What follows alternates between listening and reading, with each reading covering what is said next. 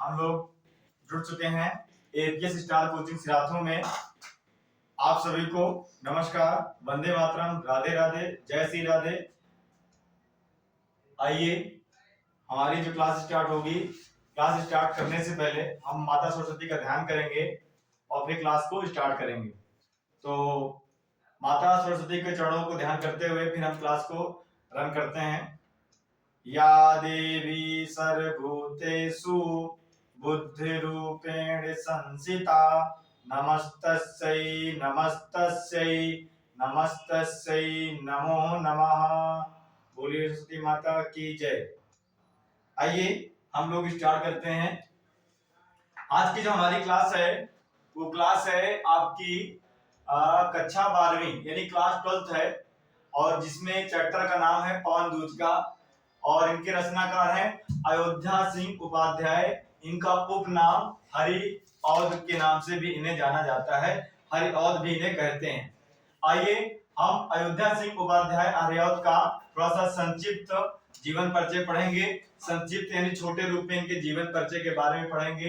इनका जन्म कब होता है, जन्म स्थान कब होता है, इनके माता का नाम क्या होता है, पिता का नाम क्या होता है, इनकी शिक्षा दीक्षा कैसी रहती है, ये सब हम पूरा पढ़ेंगे। इनका देवावसान कब होता है, इनकी मृत्यु कब हो जाती है, इसके बारे में हम पूरा पढ़ेंगे। आइए देखते हैं।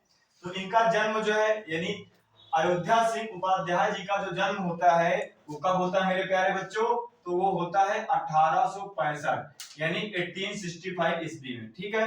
अब इनका जो जन्म स्थान होता है वो जन्म स्थान आजमगढ़ में होता है।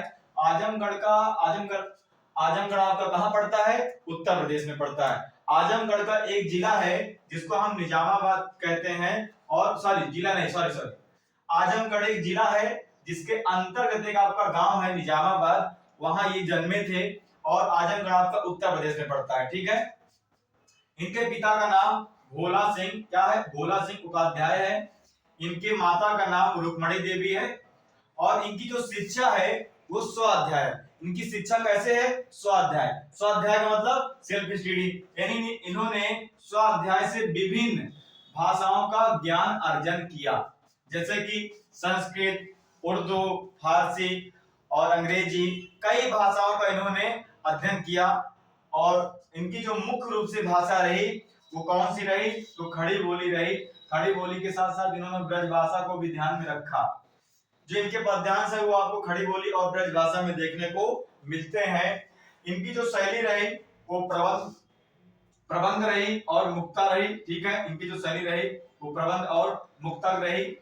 इनकी जो रचनाएं रही, प्रमुख रचनाएं, सबसे जो प्रमुख रचना है जिसको हम प्री प्रवास कहते हैं, और चौके चौपदे वैदेही वनवास। इनकी जो मुख्य रूप की रचना है, जो सबसे प्रमुख और जिसे महाकाव्य कहा जाता है, वो कौन सी रचना थी, तो भैया प्री प्रवास थी। कौन सी थी, प्री प्रवास। इसी प्री प्रवास महाकाव्य से ये आपका पवन दूत का चैप्टर लिया गया है। ठीक है, अध्याय लिया गया है। इसी को हम देखेंगे और समझेंगे और सुनेंगे। तो पवन दूत का जो आपका पहला पद्यांश है, हमने 3 पद्यांश लिख रखे हैं, पहला पद्यांश, दूसरा पद्यांश और तीसरा पद्यांश। तो आइए पहला पद्यांश को प्रारंभ करने से पहले हम थोड़ा सा कुछ कहानी जानते हैं। जो आपका ये महाकाव्य है प्री प्रवास, प्री प्रवास महाकाव्य से लिया गया है पवन दूत का। इससे लिया गया भैया, तो प्री प्रवास से लिया गया है। किससे लिया गया, प्री प्रवास में। तो प्री प्रवास एक महाकाव्य है हरिऔध उपाध्याय जी का। और ये कैसा महाकाव्य है, तो इसमें राधा और कृष्ण जी का वर्णन किया गया है। राधा और कृष्ण जी के वर्णन को बताया गया है, यानी कि राधा जो है कृष्ण के वियोग में बैठी है, और वहीं से चर्चा स्टार्ट होती है। यानी कि राधा अपने प्रीतम के वियोग में बैठी हैं, अपने प्यारे के वियोग में बैठी हैं, कुछ कहना चाहती हैं। तो आइए हम देखते हैं पद्यांश। पहला पद्यांश आपका जो है, बैठी खिन्ना एक दिवस वे गेह में थी अकेली, और आके आंसू द्रगल युगल में थे धरा को भिगोते, आई धीरे इस सदन में पुष्प सगंध कोले, और प्राता वाली सुपवन इसी काल वातायनों से। अब देखिए, अब हम समझेंगे कि बैठी खिन्ना एक दिवस। बैठी मतलब बैठी, खिन्न मतलब भैया क्या होता है, उदास। क्या होता है, उदास। ठीक है, खिन्न मतलब उदास, यानी बैठी खिन्ना, एक मतलब एक, एक मतलब एक, और दिवस मतलब दिन, दिवस मतलब दिन, एक दिन, गेह मतलब घर, एक दिन एक दिन गेह मतलब घर, अवे मतलब वो। ठीक है, वो मतलब राधा जी को कहा गया। ठीक है, वो किसको कहा गया? राधा जी को कहा गया। थी अकेली, यानी जो है पाठ में पद्यांश में बताया गया, क्या बताया गया कि वे मतलब राधा, राधा एक दिन घर में अकेली बैठी होती हैं, और कैसी बैठी होती हैं? उदास। एक दिन की बात है, राधा जो है घर में उदास बैठी होती हैं, और वो भी अकेली। आके आंसू द्रगल युगल में थे दरा को भिगोते, यानी आके आंसू द्रगल युगल में थे दरा को भिगोते, यानी आके, आके जो है, अब आके समझेंगे। आके आंसू द्रगल, आंसू माने तो आंसू ही होता है, द्रगल माने होता है आपका क्या? द्रगल मीन्स आपका होता है जो है आंख, और युगल मीन्स होता है जोड़ा, यानी आके आंसू द्रगल युगल में थे धरा को भिगोते, मानो उनके दोनों आंखों से, यानी मानो किसके? राधा के दोनों आंखों से आंसू आ रहे थे, और किसको भिगो रहे थे? तो धरा को भिगो रहे थे। यानी राधा जो है अपने प्रीतम प्यारे श्री कृष्ण की याद में बैठी है। कहाँ बैठी है? तो गे यानी घर में। कैसी बैठी है? तो अकेली बैठी थी। और किसकी याद में? तो कृष्ण की याद में अकेले बैठी थी। जब अकेली बैठी थी तो उसके आंसू से, यानी राधा के आंखों से आंसू से धरा को भिगो रहे थे, यानी राधिका जी के दोनों आंखों से आंसू गिर रहे थे, और किसको भिगो रहे थे? तो धरा को भिगो रहे थे। कैसे? तो फिर आगे क्या होता है? तभी जब धरा को भिगो रहे थे, आगे आई धीरे इस सदन में, आई धीरे इस मतलब वही जहां पे राधा जी बैठी थी, आई धीरे इस सदन में। सदन का मतलब होता है घर, इस मतलब जहां पे राधा बैठी हैं, आई धीरे इस सदन में पुष्प सगंध को ले, यानी जिस सदन में राधिका जी बैठी हैं, राधा बैठी हैं, वहां पे क्या?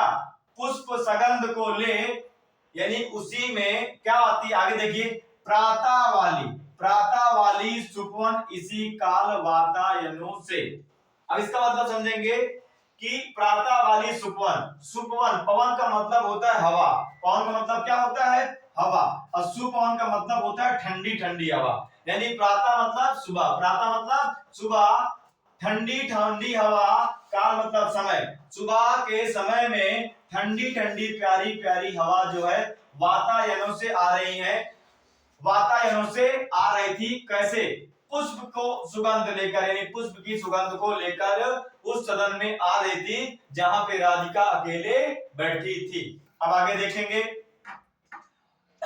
संतापों को विपुल बढ़ता देख के दुखिता हो, और धीरे बोली सा दुख उससे श्रीमती राधिका यूं, और प्यारी प्रातः पवन इतना क्यों मुझे है सताती, और क्या तू भी है कलुषित हुई काल की क्रूरता से। अब देखिए इस पद्यांश में देखेंगे, अब प्रस्तुत पद्यांश में कवि कहना चाहता है कि संतापों को विपुल बढ़ता, यानी संतापों को, कष्टों को, विपुल मतलब होता है बढ़ता, विपुल सॉरी विपुल मीन्स होता है अधिक, विपुल मीन्स क्या होता है? अत्यधिक, बढ़ता देख के दुखिता हो, यानी संतापों को। अब इस पद्यांश में कवि कहना चाह रहा है कि उस दुखित राधिका के कष्टों को देख करके क्या होता है? धीरे बोली सा दुख उससे श्रीमती राधिका यो। अब धीरे से वो बोलती, हे बहन श्रीमती राधिका यो, हे बहन तुम क्या मुझे, आगे देखिए, प्यारी प्रातः पवन इतना क्यों मुझे सताती, यानी राधिका, प्रस्तुत पद्यांश में कवि कहना चाह रहा है कि क्या तुम भी मुझे सताने के लिए आई हो? प्यारी प्रातः, प्रातः माने सुबह, पवन मतलब हवा, क्यों मुझे है सताती, यानी राधिका जी कह रहे हैं हे बहन तू भी मुझे क्यों सता रही है सुबह सुबह, क्या तू भी है कलुषित हुई काल की क्रूरता से? क्या तू भी कलुषित है या तू भी परेशान है? कलुषित मीन्स परेशान या कलुषित हुई काल की क्रूरता से, क्या तुझे भी समय की मार पड़ी है या तू भी परेशान है जो मुझे परेशान सुबह सुबह करने आ गई है।